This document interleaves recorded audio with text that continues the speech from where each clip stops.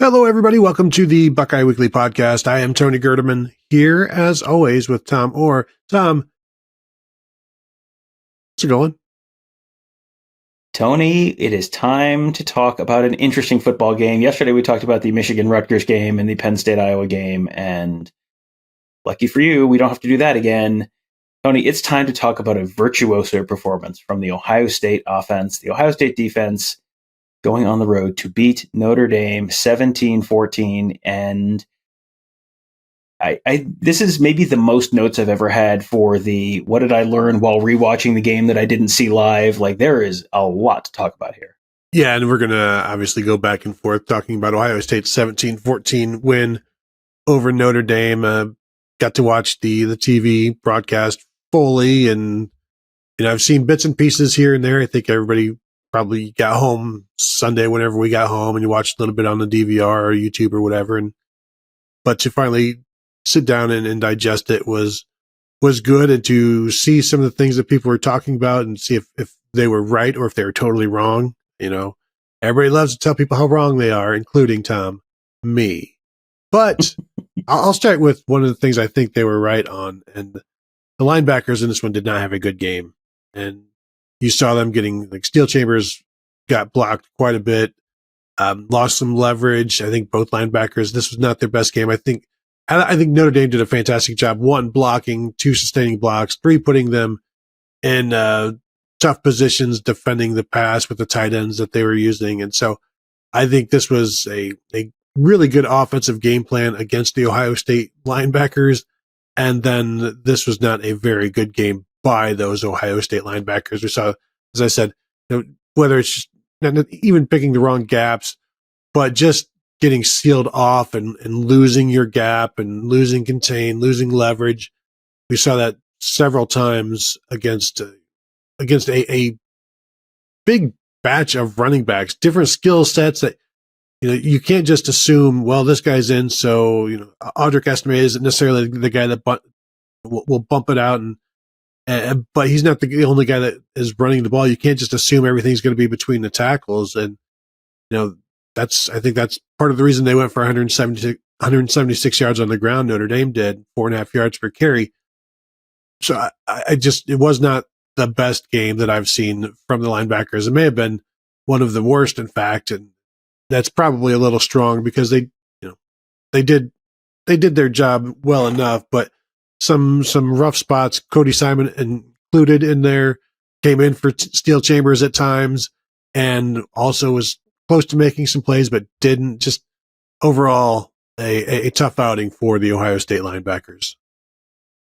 Yeah, and I think what's interesting is it wasn't a great game for them, and the defense was still pretty good. And the defense was still, they gave up what? Oh, why do I not have the box score up right now? The answer is shut up. Let's see. They ended up giving up 4.5 yards per carry on 4.5 yards per carry to Notre Dame. And, that was a team that it pretty much had to run the ball because the outside receivers are just not quite ready yet for the kind of game that, the outside receivers are not ready to kind of carry the mail in this kind of game, I guess. And for the defense to hold them to 4.5 yards per carry and also not get hit for anything longer than, there was one 22-yarder run by Estime, but that was it. No one else, I don't think, got over 20 on anything. For the linebackers to not have a great game and the defense to still be pretty solid against the run, I think that's probably good news. I think everything at this point is getting viewed through the prism of what does this mean for the Michigan game? And that's fair. And this is, I think, people went into this game thinking this was kind of the closest corollary to what you were going to see, against Michigan for Ohio State all season. And, I think the defense stood up to the test. I think the Michigan receivers are probably a little better than Notre Dame's, but, I don't think, it was not a great night for the linebackers, but the defense on the whole, I thought was pretty good. Let's see. Where do we want to start? Do we want to start with Here Comes Saturday Night, which sounds like the theme song for the NBC Big Ten games, which sounds like it was written by AI. Like you just put in a bunch of other football songs and we're like, all right, well, this is what the computer sent us, so here's what we're doing. Apparently that was Fall Out Boy singing that, which, okay. The early 2000s, quite a while ago, apparently, Tony. Let's see. How about how many different almost coulda, shoulda, almost did interceptions there were on both sides? There was one, no, there were no interceptions in the game, but there were about 6 that could have been interceptions, and any of them would have, completely swung the game. Jack Sawyer got a hand on a ball and kind of tipped it, looked like he was tipping it to himself on Notre Dame's first possession on a screen. That could have been a pick six. Tylex Williams on the second drive had the zone blitz where they dropped both of the defensive tackles, and Tylex Williams looked like he was going to have potentially have a pick. That was the missed field goal drive for Notre Dame. Notre Dame almost picked it off in the end zone when Kyle McCord was looking for Cade Stover, and that was the drive where Ohio State kicked a field goal.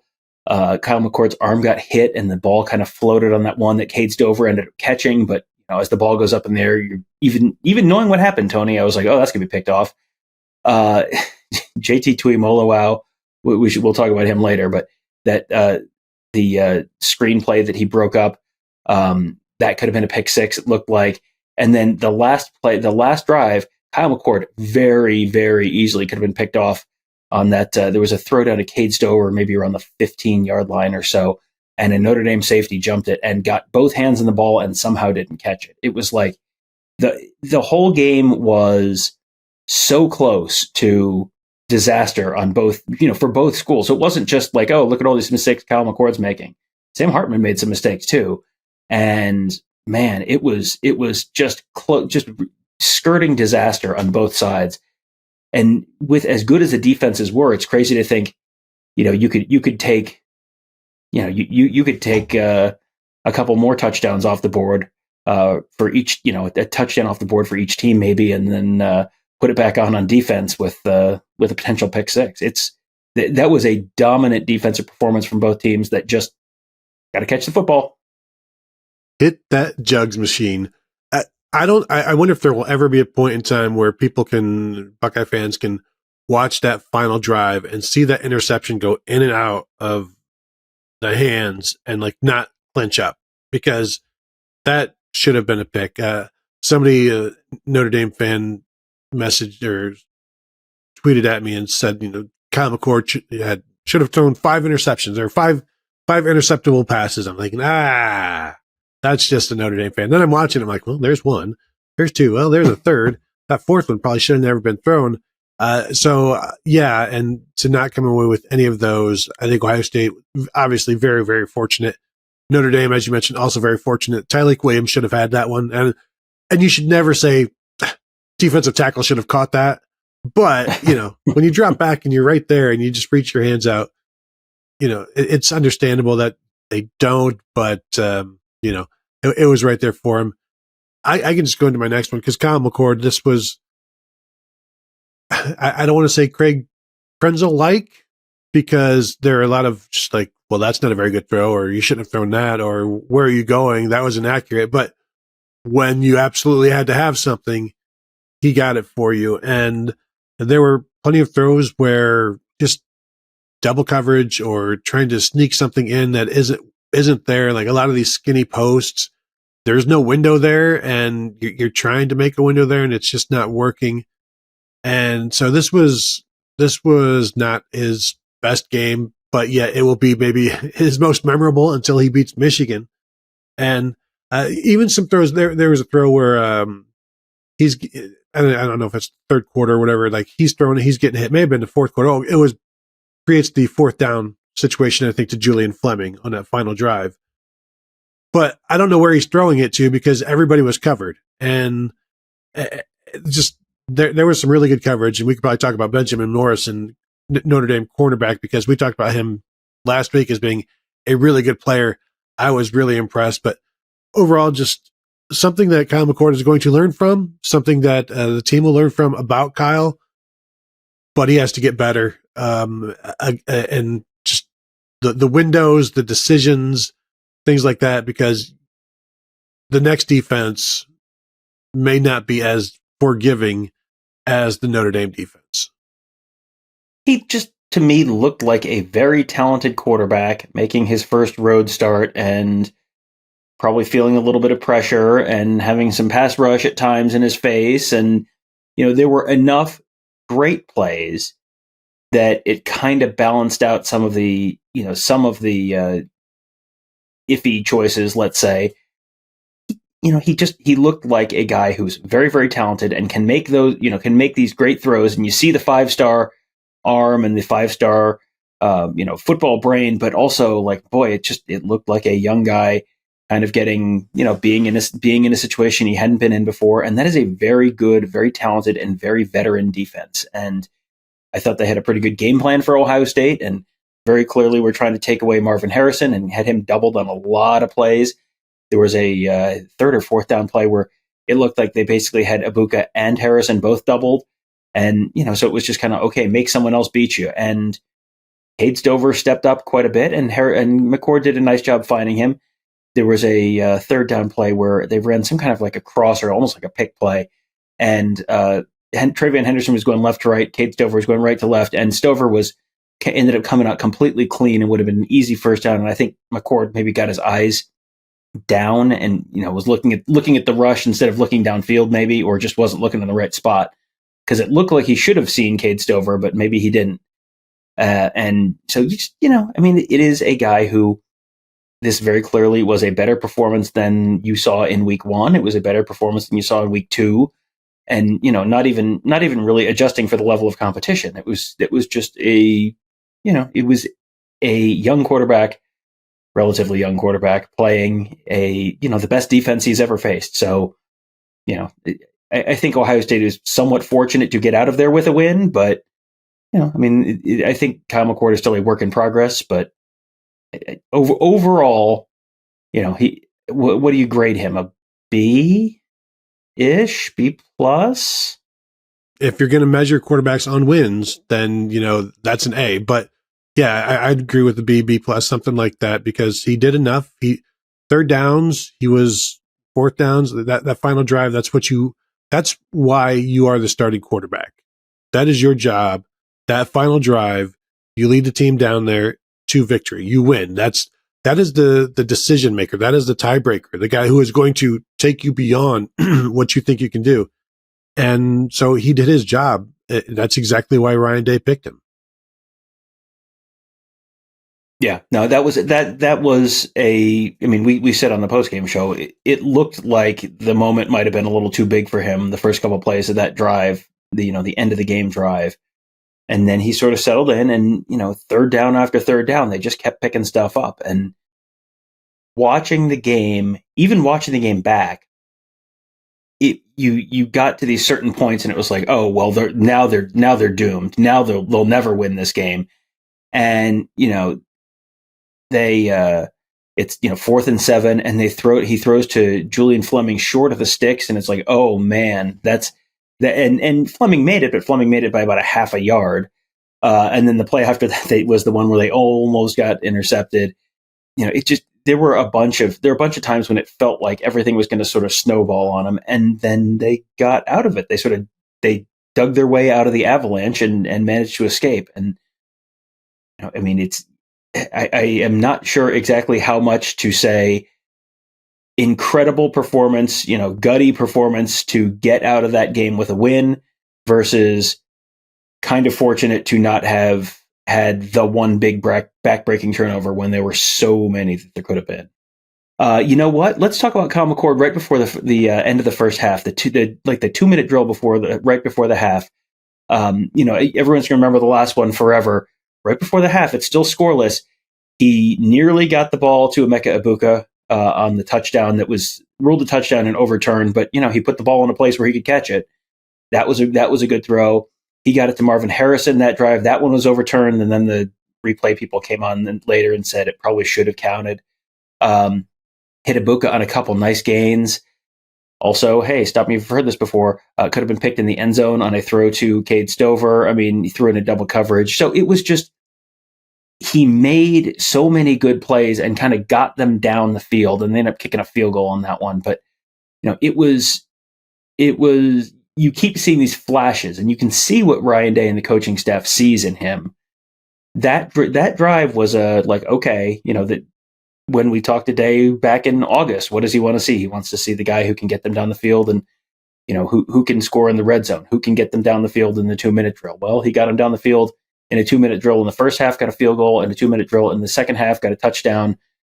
Yeah, that means something. That to be able to do it under that kind of pressure in that kind of situation in your first truly hostile road atmosphere, that really shows me something. Yeah, for sure. And the pressure on a quarterback now, as I move into my next thing that I've been harping on all season, the pressure on a quarterback and an offense now when possessions are lower than they've ever been. Ohio State had 8 possessions in this game, 8 drives, and the last one was, a minute and 25. This is something when they had 10 early in the season, I went back and looked, and because they nearly had 9, one of their possessions was basically just a kneel down. So they essentially had 9 drives. So I went back and looked to see, gosh, when was the last time they only had nine drives, 9 possessions in a game? And it's happened 3 times since 2010. And I never saw an 8 possession game in there. I don't know how far back I'd have to go to find an 8 possession game, because this is something that, before when it was 10 possessions and they're saying, well, the defense needs to get off the field.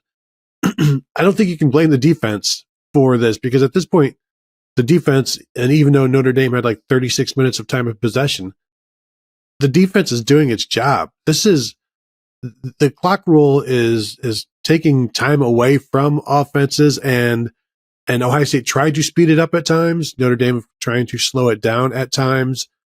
But 8 possessions in the game, and I'll say Michigan only had 7 this week against Rutgers. Like, these are things where it was normal to see Ohio State get 8 possessions and a half in previous years. In 2018, they averaged 15 possessions a game. Now they're under 10. Yeah, and you go through in Ohio State. Notre Dame made Ohio State earn it on most of their drives. The only exception was the 61-yard touchdown by Travion Henderson. But Ohio State had an 8-play drive, a 13-play drive, a 12-play drive. That was all in the first half. 2 7-play drives and a 15-play drive in the second half. Notre Dame had a 14-play drive in the first half. And then the start of the second half with 8 plays, 36 yards, 13 plays, 75 yards, 11 plays, 96 yards. You do have to get off the field on third down at some point, and you get off the field. You cut a couple of those drives in half. You have probably 2 extra possessions in the game, but it is a combination probably of all of these factors, as we've talked about before. You got to get off the field on third down. Also, the clock rules are changing things. Also, teams are kind of trying to do this to Ohio State to keep the offense off the field, to kind of keep away almost with the ball. So there's a lot of stuff that goes into that, but. It is. It definitely is at the point where I think it's changing how you're sort of strategizing the game a little bit, because if you think you have 10, 12 possessions, the team that has more talent is going to win out more often than not. When you shorten it and you give yourself fewer possessions, this is what service academies have been doing to teams for years. You cut down on some of the variability that you can get with each individual possession. Odds are the better team is going to score more points on average per drive than the less talented team is. Once you start cutting those number of drives down, it cuts down the advantage that the better team has. So that's how I don't know that Ohio State was necessarily the better team on the field on Saturday night, but Notre Dame played as if they thought Ohio State was the better team on the field. So yeah, it is. It does feel like it's changing a little bit how. Teams are going to be approaching a lot of decisions in games. Ohio State had 65 plays. That's basically what they averaged last year. But what we're seeing here in Notre Dame was 5 of 10 on third downs. Like the only thing that we are seeing now for the first time ever is the number of possessions being lowered, and that is because of the clock.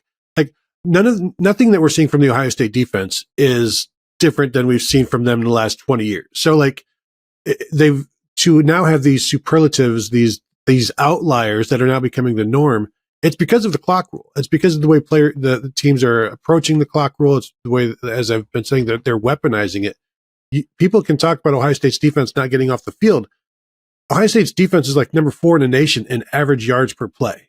Okay, so they're like 44 in third down conversion. They've been much worse over the years, and they've never had games where they only had 8 possessions or 9 possessions.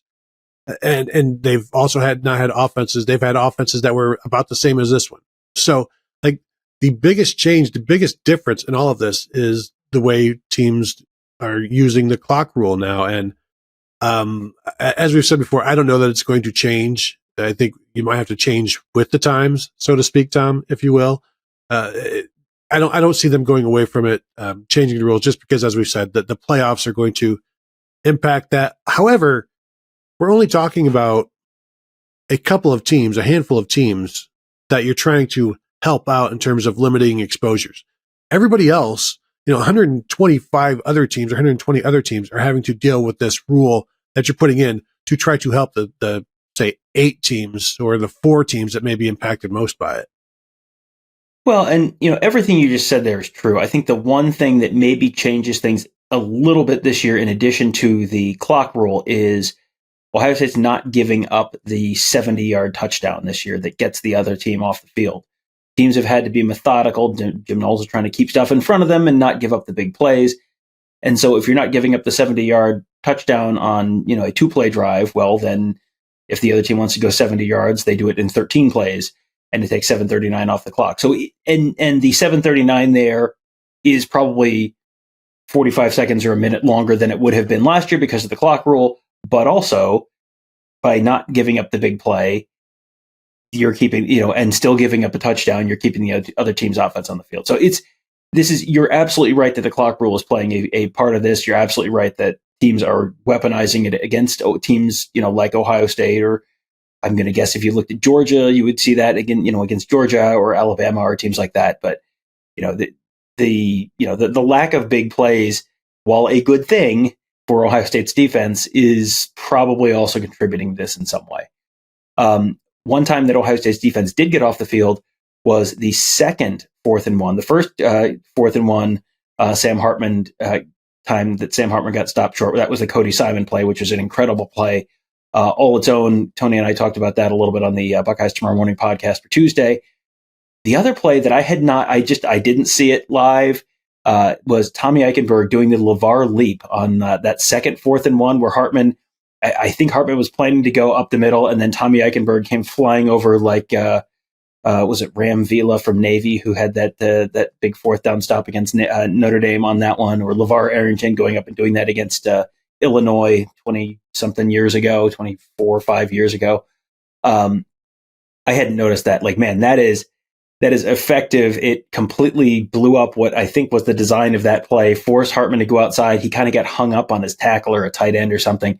And then Sonny Styles and Lathan Ransom were there to meet him and drive him back and hold Notre Dame from picking up that first down. But man, that was a real big play, and I just didn't see it while I was on shooting photos during the game, and kind of let out like a little bit of a yell laugh when I saw that watching it back this last time. Yeah, I didn't notice that until I rewatched it as well, and just the impact that had. Also, Sonny coming from the left side of that to get around to the right side and make that stop. He probably could have made it by himself, but as you said, Lathan Ransom was there as well, and those two just cleaned it up as it was just a perfect approach to that, and they did a fantastic job on that. And took me back to the Youngstown State game where they did not make that kind of play on a similar quarterback keeper, and they lost leverage. And this time, you had 2 guys there against just one quarterback, and the defense should always win that one.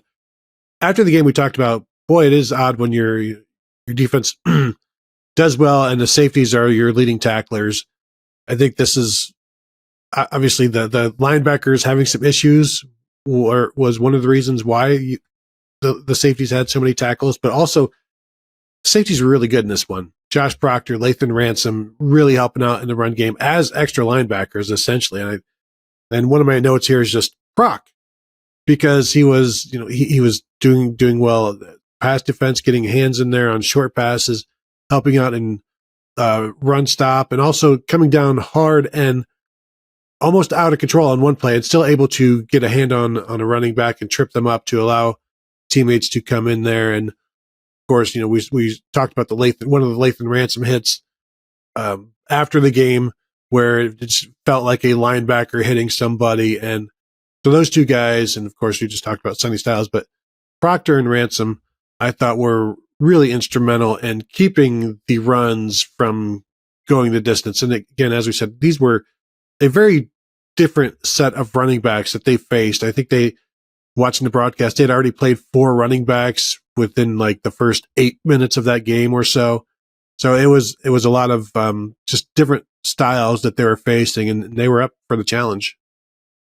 Yeah, it was 5 running backs in the first quarter, which I don't know that I've ever seen that before, unless you're shuffling in like multiple fullbacks and stuff among that, and that's not really what they were doing. And it was, you had your speed backs, you had your your power backs, and it was just they just kept throwing different stuff at Ohio State and trying to keep Ohio State off balance. And the fake to one running back and hand to the other, that one caught Ohio State off guard a couple times, and I can see why. I can see why you were not necessarily prepared for that. Yeah, Notre Dame was pretty creative in the run game. So with as many guys as they were shuffling in and out and keeping guys fresh, and with as much as Ohio State was really staying with basically the same 12 or 13 kind of guys for the most part on defense, boy, that was impressive for them to hold Notre Dame back as much as they did and not get gashed for big plays. You could see them, as a result of that, you could see them running out of gas in the second half. But, to keep Notre Dame from hitting those big plays, that's, how often have we talked about issues with safety play over the years, and the fact that turns into, Isaiah Pryor chasing someone down the field or Marcus Hooker chasing someone down the field. You haven't had that this year. It is the safety play has been really, really good. Jim Knowles, as you may have heard once or 752 times on this show, talks about this as being a safety-driven defense, and right now the safeties are driving it pretty well, and that is a big positive for Ohio State. One thing that was not a big positive for Ohio State, we kind of mentioned this indirectly on yesterday's Michigan Monday show. Mitchell Evans having a big night, the tight end for Notre Dame. I was kind of expecting Holden Stays to maybe be that guy because he had a real big game against North Carolina State a couple weeks ago. He had 1 target, 0 catches. Instead, it was Mitchell Evans, 7 targets, 7 catches, 75 yards, long of 25. Just kept. It felt like every time they needed a 3rd and 7, they were throwing it to Mitchell Evans.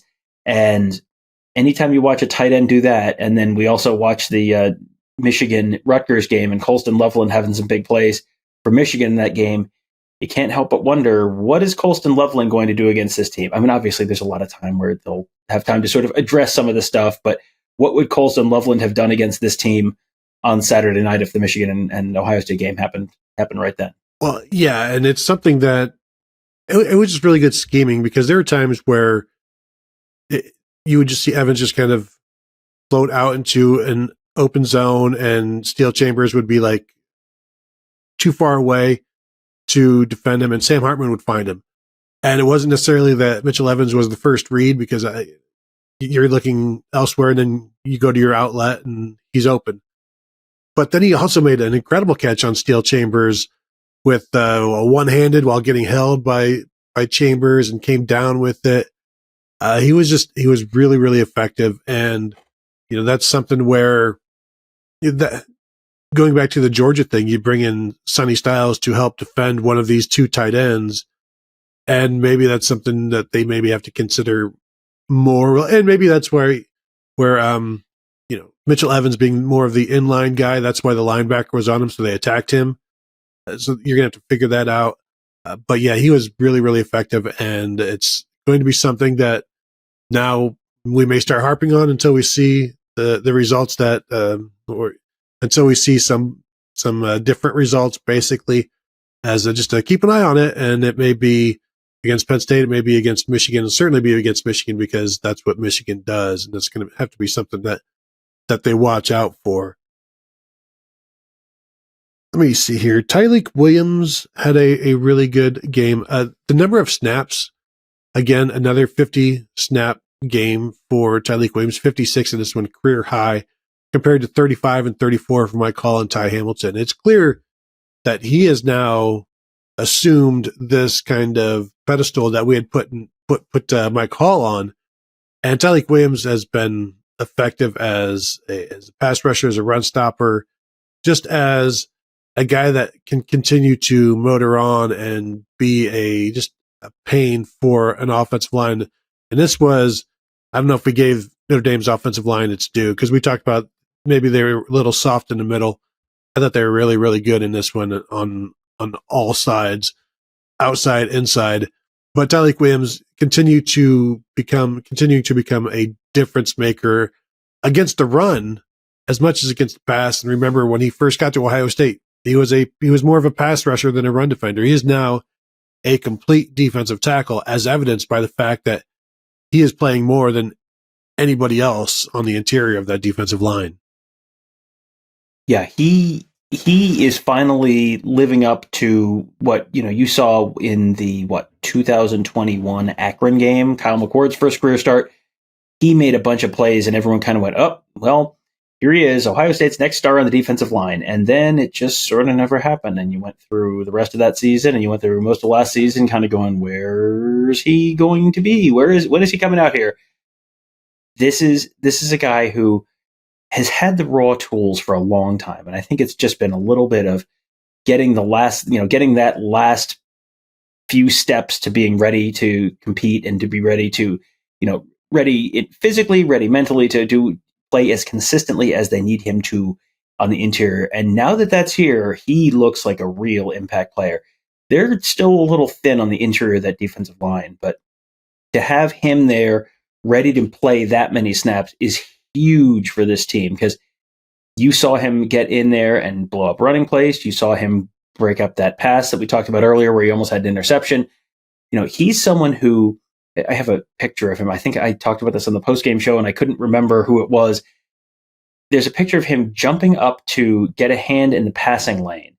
And it's crazy how tall, how high he gets for as big a dude as he is. Like he is an explosive athlete, and he doesn't necessarily look like it. If you just sort of look, he's like, oh, that's one of those big interior defensive linemen who can't probably move too well.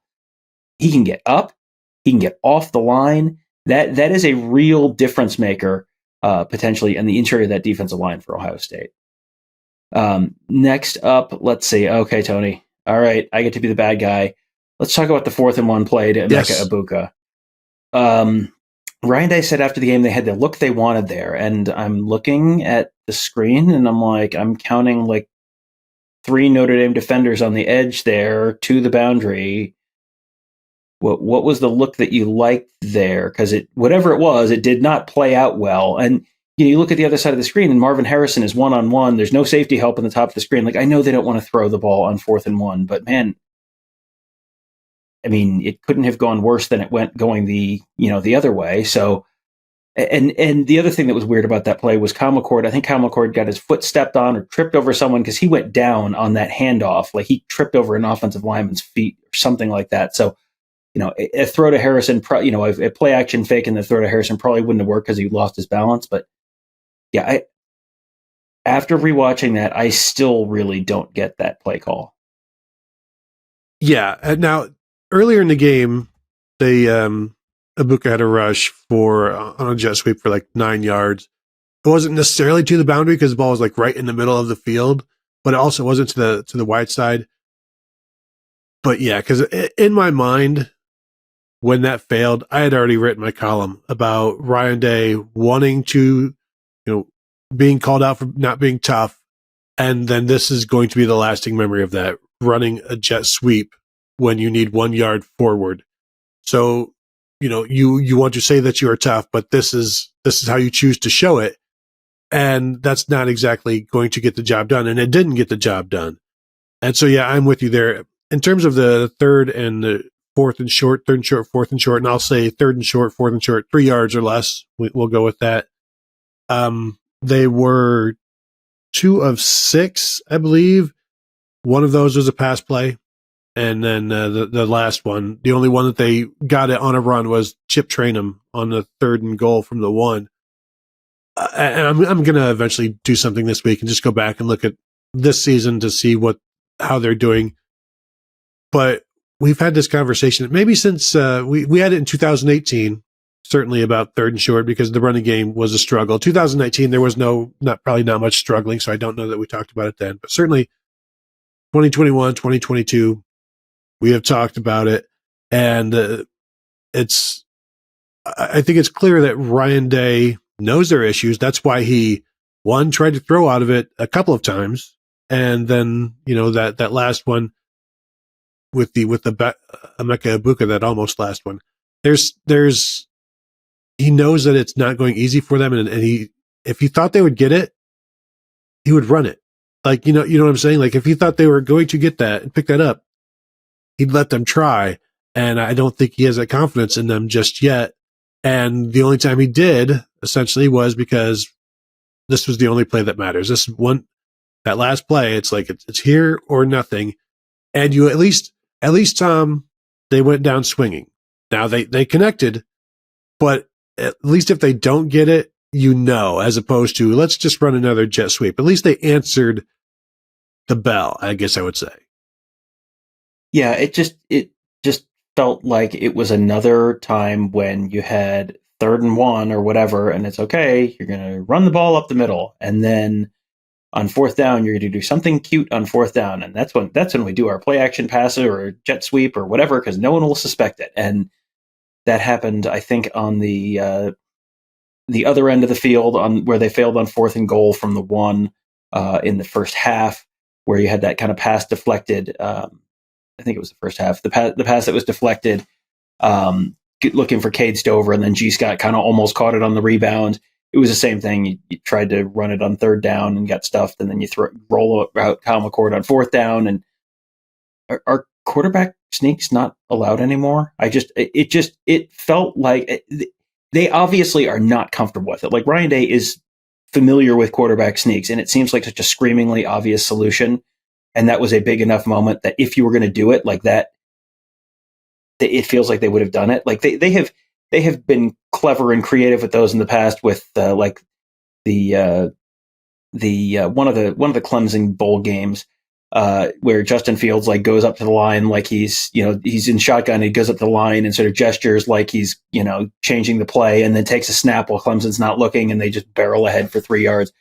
They've been creative with that in the past. Like obviously there's something they don't trust here, and whether that's a redshirt freshman center or something about Kyle McCord, they don't feel like it works. But man, I think you got to figure that out. And do you need to do a wildcat or something? It just feels like there has to be a solution where you can just do that, because taking the snap under center, backtracking 3 yards, handing it to a running back, like you're just giving the defense more time to get push and not let you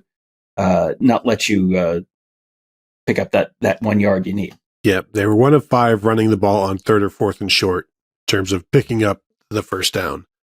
I will say, Tom, I thought this was Josh Simmons' best game. Watched him throughout, and he did dip a little bit in the second half. He got his customary penalty, but then, overall, I thought he held up well in the pass rush. Javonte Jean-Baptiste, we talked about how his name was mentioned quite a bit. A lot of that was on just coming off of blocks and picking up a tackle downfield. But I thought Josh Simmons, no holding, very little pressure, almost no pressure that I can really recall, unless it was Kyle holding the ball too long. Did really well, and then run blocking.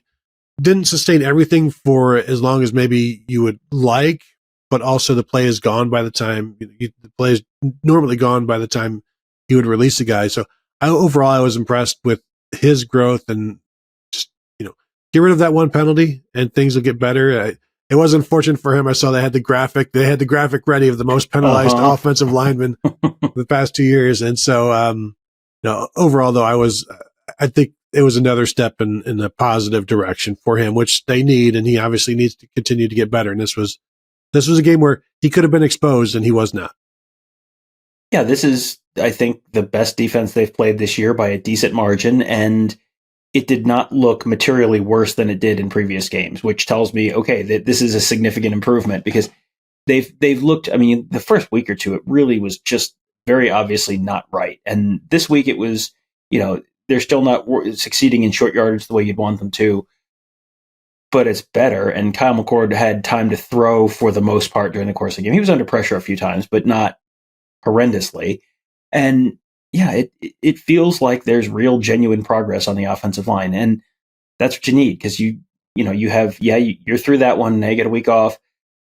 You got Maryland up next. You've got a trip to Purdue, and then and then you've got Penn State and Wisconsin back to back. Like, you're not done with you've cleared the first hurdle. There's still several more in front of you, and so they've got to keep getting better. But they have been getting better, and success like that and improvement like that is generally a pretty good indicator that you are going to have more success and more improvement moving forward as guys get more comfortable working together. The coaches get a better sense for what this line is really good at and is not good at, and can kind of tailor the calls a little bit to that. All of that is encouraging, I think, for the Ohio State offense.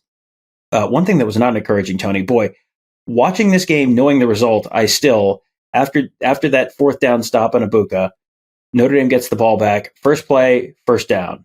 Second play, first down. It's like, this game is over. This game could not be more over. I don't know what the live odds on that were at that exact moment, but, spiritually, it felt like the win probability was about 98% for Notre Dame. And then that's when JT Tuimoloau on that next first down, he makes that stop on Hartman where he comes off the block, stops Hartman for a loss, about a 5-yard loss. Then on that next play, that Notre Dame sets up a screen, and if that ball gets to that running back, I don't know if there's a Buckeye who's going to touch him. There were a couple defenders who I think were defensive linemen who were a little behind him. I don't think they catch up. There were 3 blockers downfield for what looked like 2 Ohio State defenders. That is probably a game-sealing touchdown. Instead, JT Tuimoloau gets his hands on it. 2 massive plays back-to-back. Really, literally, probably saved the game there with those 2 plays. Next play, Notre Dame runs it once, then they punt it back, and then you know the rest. I just looked at the ESPN's game tracker because they do have the win probability at that point of Audric Estime's first down run, the second play of that final drive. 90.9% win probability right there for Notre Dame. And then it starts to just creep up towards Ohio State a little bit. And then, of course, touchdown Ohio State. There you go. But yes, 90.9. That's why win probability. Don't get me started on it, Tom. We're trying to end the show, not get it started again. But yeah, that one was, I'm with you. The momentum was completely gone. And that's why I asked Jim Knowles after the game, like, what does it say about you guys there? How did you get the momentum back? And he's like, well, it's toughness. I'm like, is it also Notre Dame's play calling? Maybe a little bit, because I think that's also the answer. Because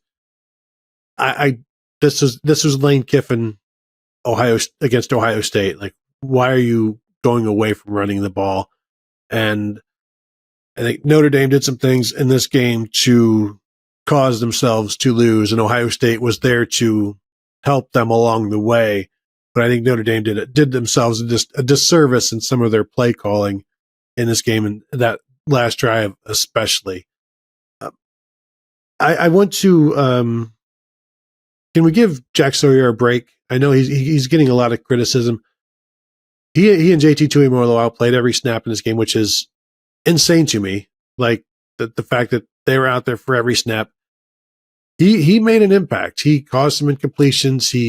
You mentioned the pass that he batted down on the first drive. There's no tackles for loss, and that's an issue, and that's something. But like, I don't think he was. I don't think he was the reason that Ohio State gave up 14 points. That Notre Dame lit the scoreboard up. But I think he had some good moments. But man, just those guys playing every snap is crazy to me. And as you're watching it live, you don't necessarily notice when somebody isn't playing. You know what I'm saying? Like, you're just watching the game and you haven't seen Caden Curry. So you're like, well, where's Caden Curry? Like, where's Kenyatta Jackson? This was a game that I think, I wonder, like Larry Johnson, what the conversations were with those two. Like, basically, is he telling them, or are they telling him, or how is this? This, like, we're good, and yet at the end, they were getting run on. But as you said, JT Tuimoloau made those 2 plays. two bad play calls, and they took advantage of them.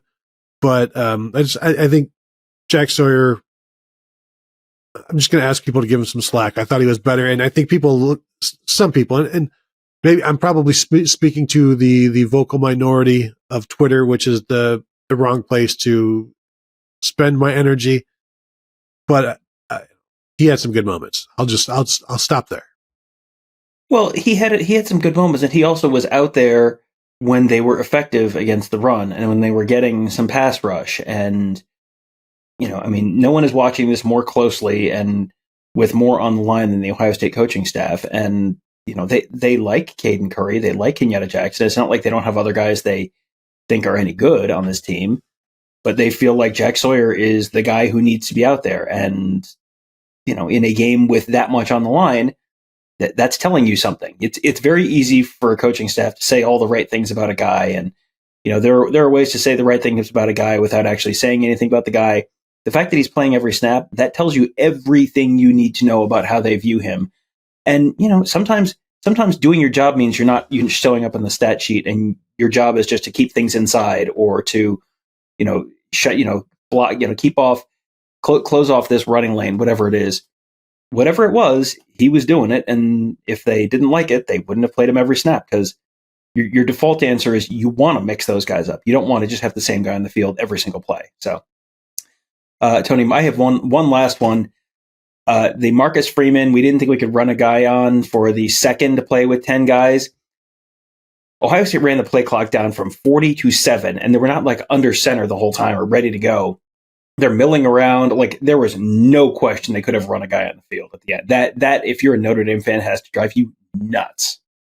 They were completely unaware. They didn't even realize that they didn't have 11 guys. That's the only logical excuse for, it's not an excuse. That's the only logical situation, and it's not logical either.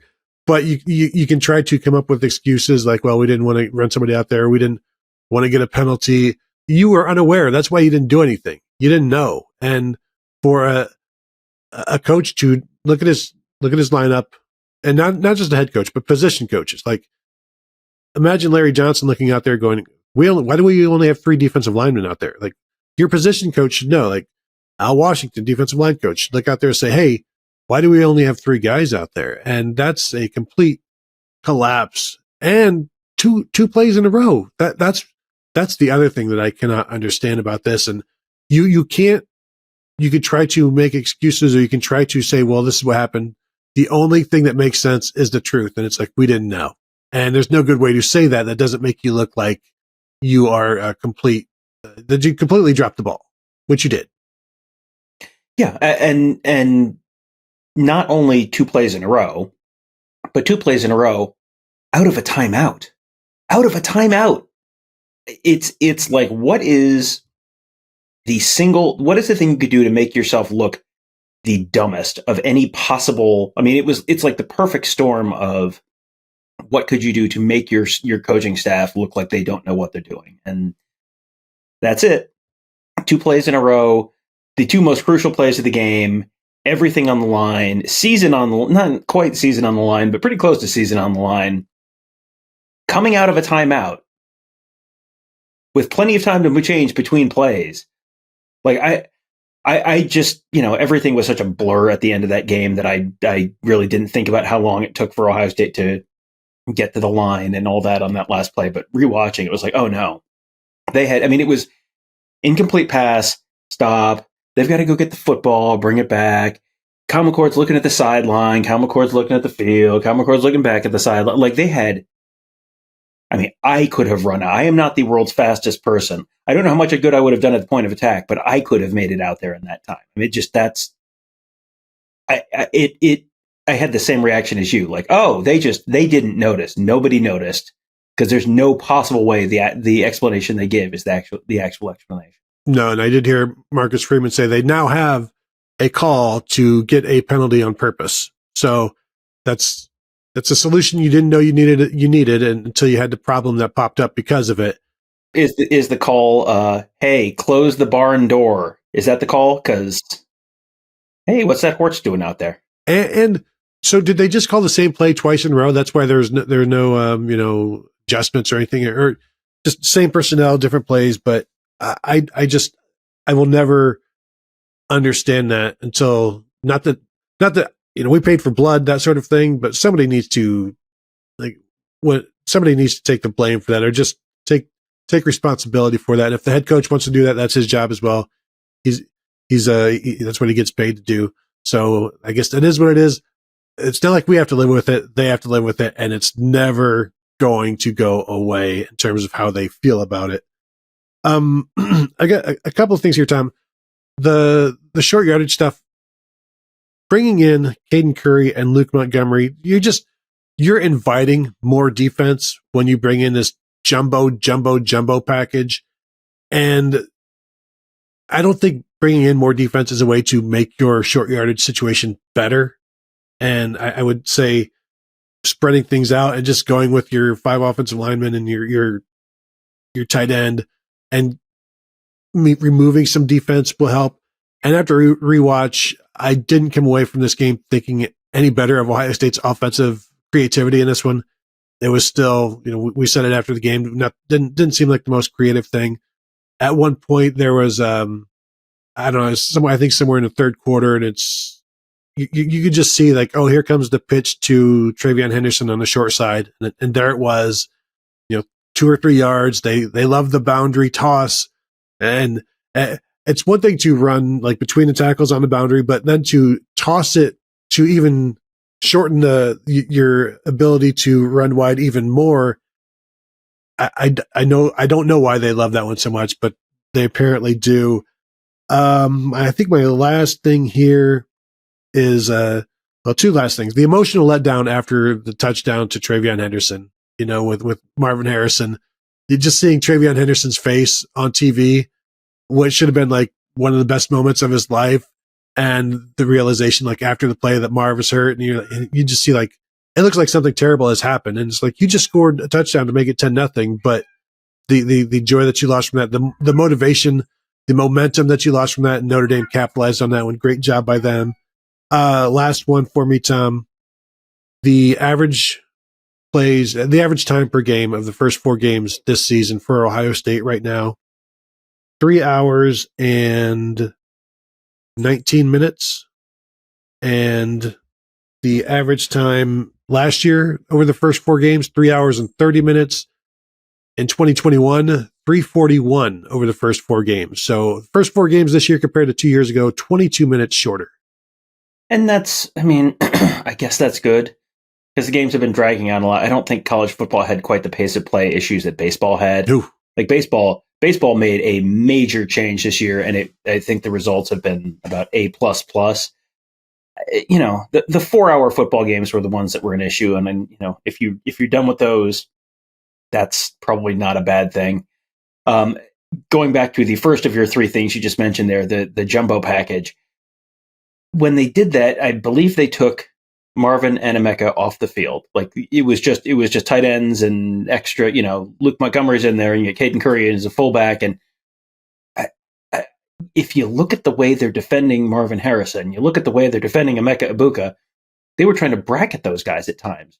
So by taking them off the field, every defender for Notre Dame was within maybe 5 yards of the ball. They essentially looked like they were in a slightly expanded huddle. If you put Marvin Harrison out on one side and you put Emeka Egbuka out on another side, or heaven forbid you put them out on the same side, put them both out to the field side, you're pulling at least 2 defenders out of the box. And if they're defending them the way they have a lot of the rest of the night, you might be pulling 3 defenders out of the box. And then, Tony, you might even have a numbers advantage in the box, which seems like it might be advantageous in a short yardage situation. Even more so, Tony, if you go with the +1 with the quarterback run, then you would actually have a numbers advantage in the box. But that's not what they chose to do. So it's like, you don't think of Ohio State's offense as the like Jim Harbaugh, well, we just need more fullbacks. We just need more big dudes, and we're just going to hit them with a hammer. Like that. You don't have to do that. There are other ways you can do that. You can also run the ball in from the 1-yard line with wide receivers out there. That is a thing you can do. That just to me taking Marvin Harrison, taking Emeka Egbuka off the field, do you think the opposing defensive coordinator is disappointed to see that? It's like, oh, hamburgers! I wanted to have to defend those guys. I think the opposing defensive coordinator is probably pumping his fist up in the box. And as an offensive coaching staff, your job is to not make the opposing coaching staff have that reaction. Yeah, I mean, you bring out all of these extra blockers, and sure, it creates extra gaps, but you have to be able to get to those gaps, and and you don't need. It was just, I think it was Ryan Day wanting to bring this air of toughness, and we'll show him, but it clogs everything up, and that's my take on that one. I don't think it helps by clogging everything up. Where even if you block them, where can they go? The bodies just pile up, like you just have this pile of bodies, and yeah, you smash them, but there were other bodies behind them, and there's just nowhere to go. And so I didn't like that one. I don't think they need to do that one anymore, especially when you got what you needed with the last possession. As long as there's just 10 defenders on the field, I think you're going to be okay. And I know people are like, he barely got it, and there was 10 defenders. Like, you're just trying to get to the line. Like, that's all that Chip Trayanum is trying to do there. He's leaping towards the line, so forgive him if he doesn't run through it when all you need to do is just secure that little cross. Tom, anything else before we go? Nope. Think we have beaten this one to death. No football game this weekend. Now we gotta watch Michigan again this weekend. So that's something. We can watch it live instead of rewatching it. Will that be easier? Anyway, I want to thank you all for tuning in. As always, I want to invite you over to BuckeyeHuddle.com. Become a member there. Check us out there. Also, Facebook.com/BuckeyeHuddle, YouTube.com/BuckeyeHuddle, and of course, all of your podcast platforms of choice for the Buckeye Weekly Podcast. So thank you all for tuning in, and we'll talk to you guys later.